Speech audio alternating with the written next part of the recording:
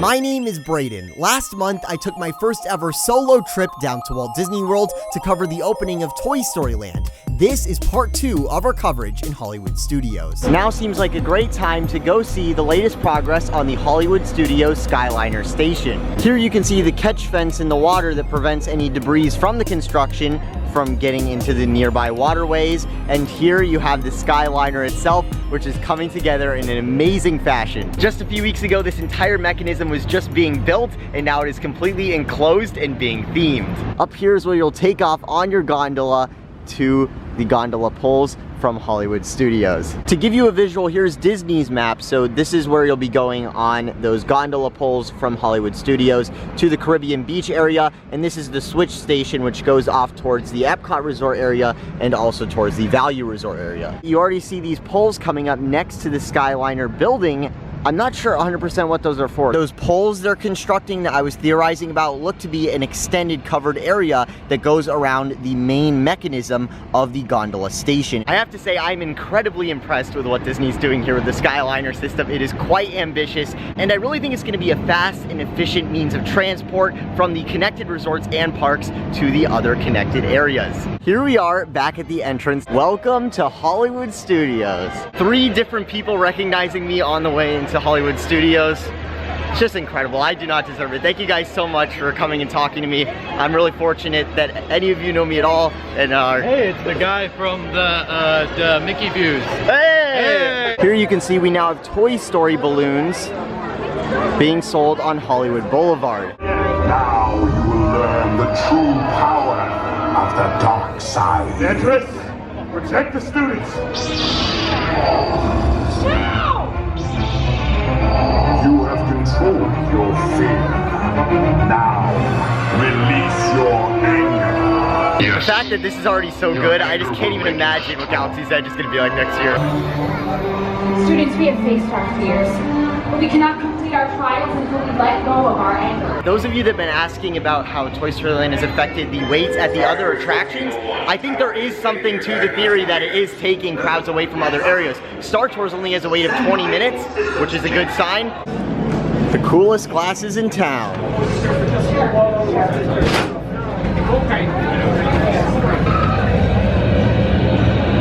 Now, as you probably know, Hollywood Studios is moving from a behind-the-scenes theme to more of an in-the-movies theme, making the exit gift shop here one of the last places that still is all about behind the scenes. Looking around the store, you'll see all sorts of movie equipment. This is the first time I've ever been to the Grand Avenue in person. First impressions, it seems like a fun area. I didn't know how it would fit in Hollywood Studios with it not being something where you're in a movie, but it's not behind the scenes of a movie either. So in that way, it does seem closer to the Hollywood Studios theme of the future than what we had before with the set. Now we have reached the end of the Grand Avenue with Harmony Music, and next we have Star Wars Galaxy's Edge, the main entrance. I've been noticing a lot of people over here wondering and sort of theorizing what that is up there, those symbols. And as we covered on a Disney News update a few months ago, this whole front facade is replicated from a bridge in LA on the LA freeway. So chances are, since so many of the people designing this land for both Walt Disney World and Disneyland are located in LA at the Imagineering offices, you kind of have to wonder, was someone driving to work designing this land and came up with the idea? And just to think, a year from now we're gonna be going through those gates doing these videos, unbelievable.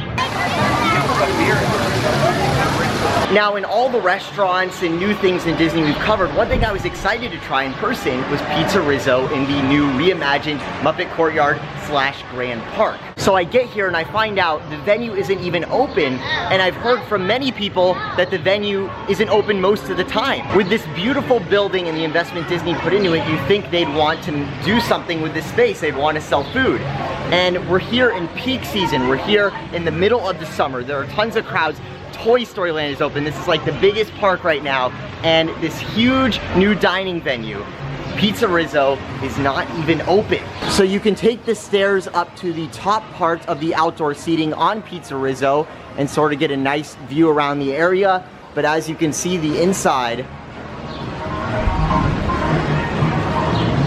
is completely empty. Even when it's closed, just looking at how cool this building is, tomato loading zone, So cool. It was at this point in the vlog where I met up with an awesome family who watches the videos. We rode the Tower of Terror, and then we headed over to the Slinky Dog Dash. I had already covered Toy Story Land in the morning opening day, so finally I had the opportunity to relax a little and just take in the whole land and take my first ever ride on the Slinky Dog Dash. Entering the queue for the Slinky Dog Dash, it was immediately apparent the consideration Disney had put into guest comfort in the line. From self-service water stations and umbrellas in the overflow queue to fans and permanent water fountains in the main queue, these were welcomed additions to a very outdoor land. In the queue for the Slinky Dog Dash, and the listed standby wait time is 180 minutes. You can see above the attraction entrance a spare track from the attraction is actually the sign, and then above it you have some cards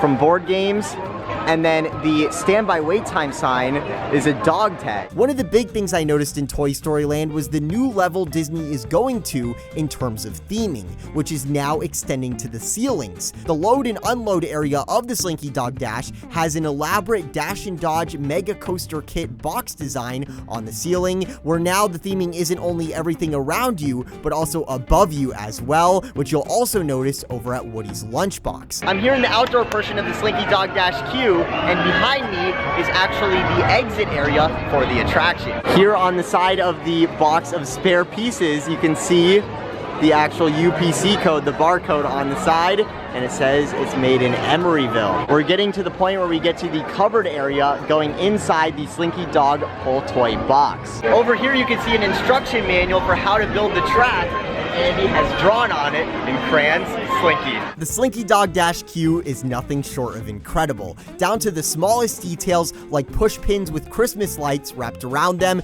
to upside down toss across boards in the covered area covering the guests. If you take a moment to look around, there are almost endless details to uncover in this area. After 120 minutes, here we are.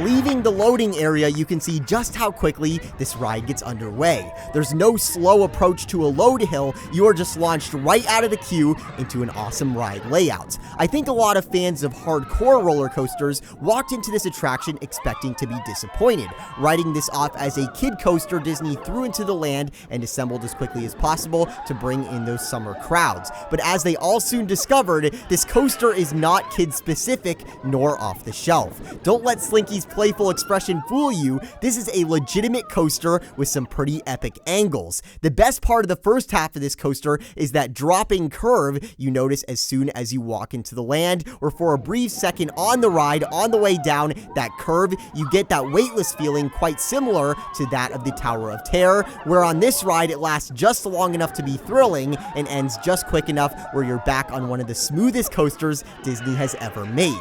The double launch coaster format is largely unexplored in theme parks and makes this coaster very unique. The first launch area is where you leave the queue and enter the Jessie and Rex half of the coaster, where you fly through some 45-degree bankings you don't often attribute to a coaster with such an appearance. Soon you arrive at the Dash and Dodge playset, which is by far the coolest part of the whole ride, where your car slows to a complete stop, goes backwards to load up, as you would with a real spring-loaded Hot Wheels set, and then you launch off once more into the second half of the attraction. The amount of fine-tuning and work that went into that wind-up detail, not only making it possible with the ride mechanics itself, but also syncing it up with the show elements to each side, with the toy flames that turn exactly aligned with the movement of your ride car, makes this the most underestimated part of the land in my opinion. When watching from the outside, I expected the section where you go over a series of small hills to be somewhat disorienting on the attraction, constantly going up and down, but once on it, it legitimately felt like you were riding Slinky Dog as a toy and he was leaping up and down. The thing that makes this coaster so surprisingly good and almost worth it for the trip alone is the level of thought that went into the physics of the Slinky Dog Dash you don't notice till you're on the attraction itself. How realistic the leaping Slinky portion of the ride is, how you almost get that Tower of Terror freefall feeling going down the steepest hill, which also runs right parallel with guests entering the land, really makes it a true family coaster. And not in a sense where it's trying to appeal to kids, but rather in a Walt sense of family, where he wanted to create rides that had elements for every age group, where the whole family could have fun all together and all at the same time, and this attraction lives up to that principle of Walt Disney's more than any other new attraction in recent memory. Is everybody ready to sing along? I'd have to say it's one of the better attractions in Hollywood Studios. I am now here in the queue for the Alien Swirling Saucers. After Slinky, we went over and rode the Alien Swirling Saucers, which I find to be somewhat unnecessary for this land. The ride brings little value for the wait, and what is essentially you moving back and forth on a fancy wagon attached to a Toy Story alien. Thankfully, the incredible Slinky coaster and just the general atmosphere of the land itself easily make up for anything lacking on this secondary Swirling Saucers attraction, which already in and of itself is sort of a bonus for this land.